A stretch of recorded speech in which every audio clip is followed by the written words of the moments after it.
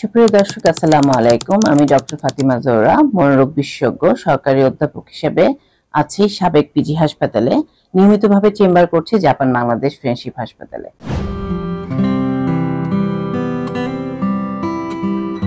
আমরা জানি যে আমাদের ইদানিং কাল যেই সময়টি রয়েছে, সেই সময়টাতে আমাদের দাম্পত্য কলহ অথবা রিলেশনশিপ জটিলতাতে আমরা অনেক সময় ভুগে থাকি। তো সেক্ষেত্রে আসলে এই সময়টাতে আমরা কি করব, কার কাছে গেলে প্রবলেম গুলো সলভ হবে, আমরা আসলে জানি না। তো দেখা গেছে যে রিলেশনশিপের জটিলতা, তো সেটা হাজবেন্ড ওয়াইফ হোক, মা বাবা হোক, অথবা দেখা গেছে যে গার্লফ্রেন্ড বয়ফ্রেন্ড হোক, অথবা দেখা গেছে যে তাদের ক্ষেত্রে দাম্পত্যের অন্য ধরনের প্রবলেম যদি হয়ে থাকে, সেই সবগুলো কিন্তু রিলেশনশিপ কাউন্সিলিং এর ভিতরে কিন্তু আমরা চলে আসে। তো সেই ক্ষেত্রে হচ্ছে দাম্পত্য সম্পর্কটি সুন্দর করতে অথবা আপনাদের মাঝখানে ভুল বোঝাবুঝিটি কিন্তু দূর করতে কিন্তু আমাদের রিলেশনশিপ কাউন্সিলিং ব্যবস্থা রয়েছে। তো সেক্ষেত্রে হচ্ছে ইন্ডিভিজুয়াল কাউন্সিলিং এবং রিলেশনশিপ কাউন্সিলিং যদি আপনি কাপল থেরাপি নিয়ে নেন, তাহলে দেখা গেছে যে এই সম্পর্কের জটিলতাগুলো অনেকটুকু কমে যায়। অনেক সময় দেখা যাচ্ছে যে আমাদের রিলেশনশিপের যে প্রবলেম গুলো হয়, সেগুলো বিভিন্ন কারণ থাকে। একটি মেইন কারণটা হচ্ছে দাম্পত্যের ভুল বোঝাবুঝি, সময়ের অভাব, এবং আরেকটি হচ্ছে আমাদের extra marital affair.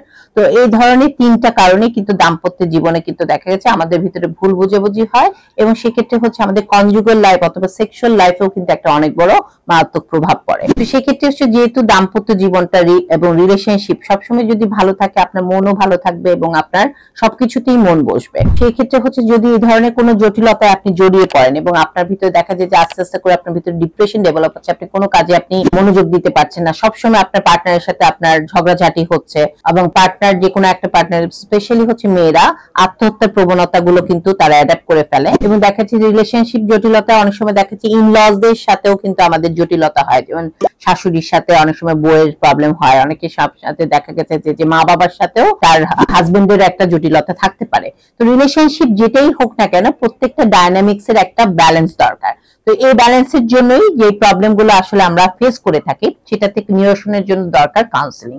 Relationship counselling অথবা কাপল কাউন্সিলিং এর মাধ্যমে আপনারা ইজিলি আসলে এই প্রবলেম গুলো সলভ করতে পারবেন। ইদানিং আরেকটা প্রবলেম কিন্তু আমরা পেয়ে থাকি, সেটা হচ্ছে ডিভোর্স। খুব বেশি ডিভোর্স বেড়ে যাচ্ছে। তো ডিভোর্স নিব কি নিব না, আসলে বাচ্চা হয়ে গেছে, এরপরে কি আসলে আমাদের জীবন কি নতুন করে সাজানো যায় কিনা।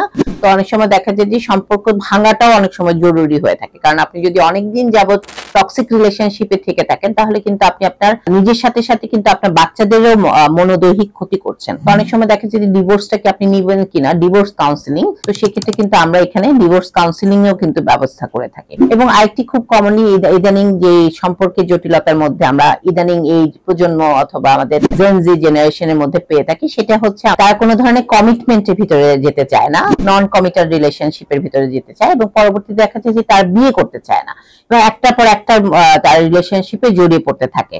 তো এই ধরনের সম্পর্কের জটিলতা থেকে বেরিয়ে আসার জন্য দেখা যায় তারা এত পরিমাণ বিভিন্ন রকম রিলেশনশিপে জড়িয়ে পড়ে, পরবর্তীতে দেখা গেছে তারা আসলে চুজ করতে পারে না কাকে সে বিয়ে করবে। তো ম্যারেজ কাউন্সিলর হিসেবেও কিন্তু আমরা এখানে নিয়মিতভাবে কাউন্সিলিং করে থাকি। তাদের মাধ্যমে কিন্তু আপনারা ইজিলি নিয়মিতভাবে কাউন্সিলিং এর মাধ্যমে আপনারা এই সম্পর্কের জটিলতা অবসান করতে পারেন, এবং আপনার সম্পর্কটা আবার সুমধুর এবং উন্নয়নশীল হিসেবে সবার সামনে তুলে ধরতে পারেন। তো পরবর্তী আরেকটি পর্ব নিয়ে আপনাদের কাছে চলে আসবো। আমি ডক্টর ফাতিমা জোহরা আজকের মতো এখানে বিদায় নিচ্ছি। আসসালামু আলাইকুম।